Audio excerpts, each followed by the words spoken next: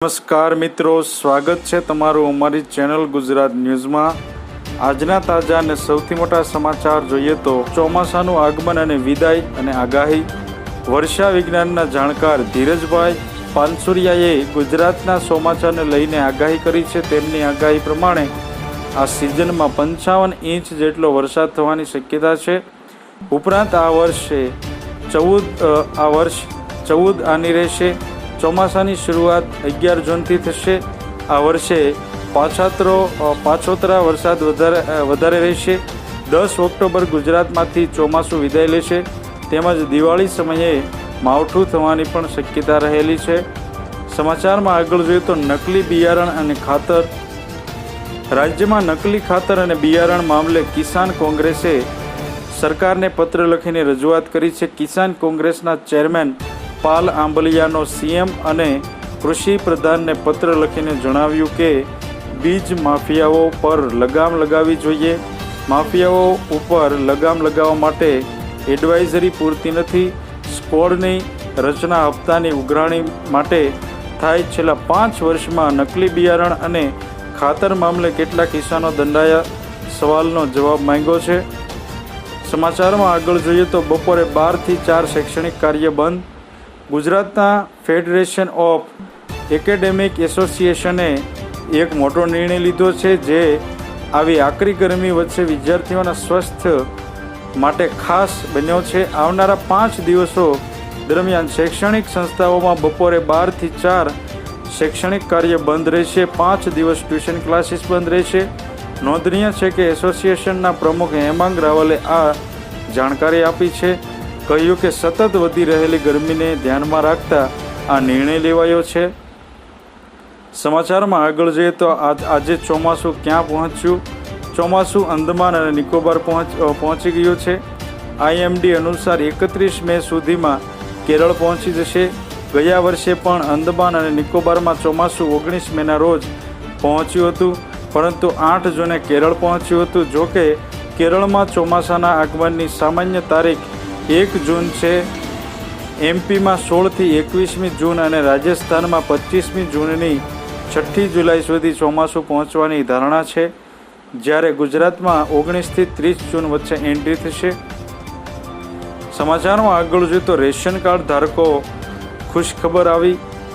Ration કાર્ડને લગતી સેવા વધુ સરળ ડિજિટલ ઇન્ડિયાને પ્રોત્સાહન આપવા કેન્દ્ર સરકારે નવો નિર્ણય જાહેર કર્યો છે, જે મુજબ નવું રેશન કાર્ડ કઢાવવું, નામ ચડાવવું, નામ કમી કરાવવું, ડુપ્લિકેટ રેશન કાર્ડ કઢાવવું વગેરે સેવાઓ હવે દેશભરના 3.7 લાખથી વધુ કોમન સર્વિસ સેન્ટર CSCમાં પણ ઉપલબ્ધ થશે।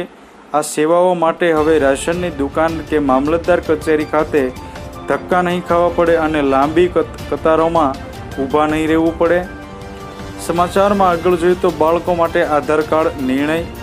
NCRની સૌથી મોટી unique identification authority of India UIDAI ના આધાર કેન્દ્રના ઇન્ચાર્જ નિશુ શુક્લાનું કહેવું છે કે બાળકો પુખ્ત થાય તે પહેલાં તેમના આધાર કાર્ડને 2 વાર અપડેટ કરવું ફરજિયાત છે। જો તમે આમ નહીં કરો તો આધાર ઉપયોગી રહેશે નહીં। પ્રથમ વખત 5 વર્ષની ઉંમરે અને બીજી વખત 15 વર્ષની ઉંમરે બાયોમેટ્રિક્સ અપડેટ કરવું ફરજિયાત છે। લોકોએ આધાર સેવા કેન્દ્ર પર જઈને નિર્ધારિત સમયમાં આધાર અપડેટ કરાવવું જોઈએ। સમાચારમાં આગળ જોઈએ તો લેપટોપ ખરીદવા 25,000ની ભેટ। લેપટોપ સહાય યોજના અંતર્ગત 25,000 અથવા તો તમે જે કિંમતનો લેપટોપ લીધો હોય તે કિંમતમાં 50% બંનેમાંથી જે ઓછું હોય તે સહાય મળવાપાત્ર થશે। જ્યારે આ સહાય મેળવવા માટે તમે ધોરણ 12 પાસ હોવા જોઈએ અને ધોરણ 12 પાસમાં 70+ રેન્ક હોવા જોઈએ, તો જ આ તમને લેપટોપ સહાય યોજનાનો લાભ મળશે। આ યોજના માટેના ફોર્મ આવનાર થોડાક સમયમાં એટલે કે 10 થી 15 દિવસમાં ફોર્મ ભરવાના શરૂ થશે। સમાચારમાં આગળ જોઈએ તો પેટ્રોલ ડીઝલના ભાવને લઈને જાહેરાત। કેન્દ્રીય મંત્રી નીતિન ગડકરીએ જણાવ્યું કે ટૂંક સમયમાં પેટ્રોલ ડીઝલથી ચાલતા વાહનો પર પ્રતિબંધ લાગશે। પેટ્રોલ ડીઝલના સ્થાને હવે ગ્રીન હાઇડ્રોજનથી ચાલતા વાહનો આવશે, જે પાણીમાંથી બનાવવામાં આવશે। પાણીમાંથી ઓક્સિજન અને હાઇડ્રોજનને પાણીમાંથી અલગ કરીને ગ્રીન હાઇડ્રોજન તૈયાર કરવામાં આવશે. ચૂંટણી પછી કાર ઉત્પાદક કંપનીઓ સાથે વાત કર્યા બાદ હાઇડ્રોજનથી ચાલતી કારને બજારમાં લાવવાની તૈયારીઓ તેજ કરવામાં આવશે. સમાચારમાં આગળ જોઈએ તો અંબાલાલ પટેલ જેવા ગુજરાતના 60 આગાહીકારોની ભવિષ્યવાણી. ચોમાસાને લઈને છેલ્લા 30 વર્ષની જૂનાગઢના કૃષિ યુનિવર્સિટી ખાતે વર્ષા વિજ્ઞાન પરિસંવાદનું આયોજન કરવામાં આવે છે, જેમાં આગામી ચોમાસામાં વરસાદ કેવો રહેશે તેને લઈને આગાહી કરતા હોય છે. તાજેતરમાં યોજાયેલ પરિસંવાદમાં પોરબંદરના આગાહીકાર ભીમાભાઈ ઓડેદરા દ્વારા સૂચવાયું કે આગામી ચોમાસું લાંબુ અને સારું રહેવાની શક્યતા છે અને 15 જૂનથી 23 જૂન સુધી વાવણી પણ થઈ જશે અને બાદમાં જુલાઈ માસ દરમિયાન 11 જુલાઈના રોજ શક્તિશાળી સિસ્ટમ સક્રિય થશે અને જેને લઈ તોફાની વરસાદ પણ થવાની શક્યતાઓ છે. આ ઉપરાંત જેઠ મહિનાથી આસો મહિના સુધી વરસાદી માહોલનું અનુમાન લગાવવામાં આવ્યું છે. સમાચારમાં આગળ જોઈએ તો અંબાલાલ પટેલ જેવા ગુજરાતના 60 આગાહીકારોની ભવિષ્યવાણી.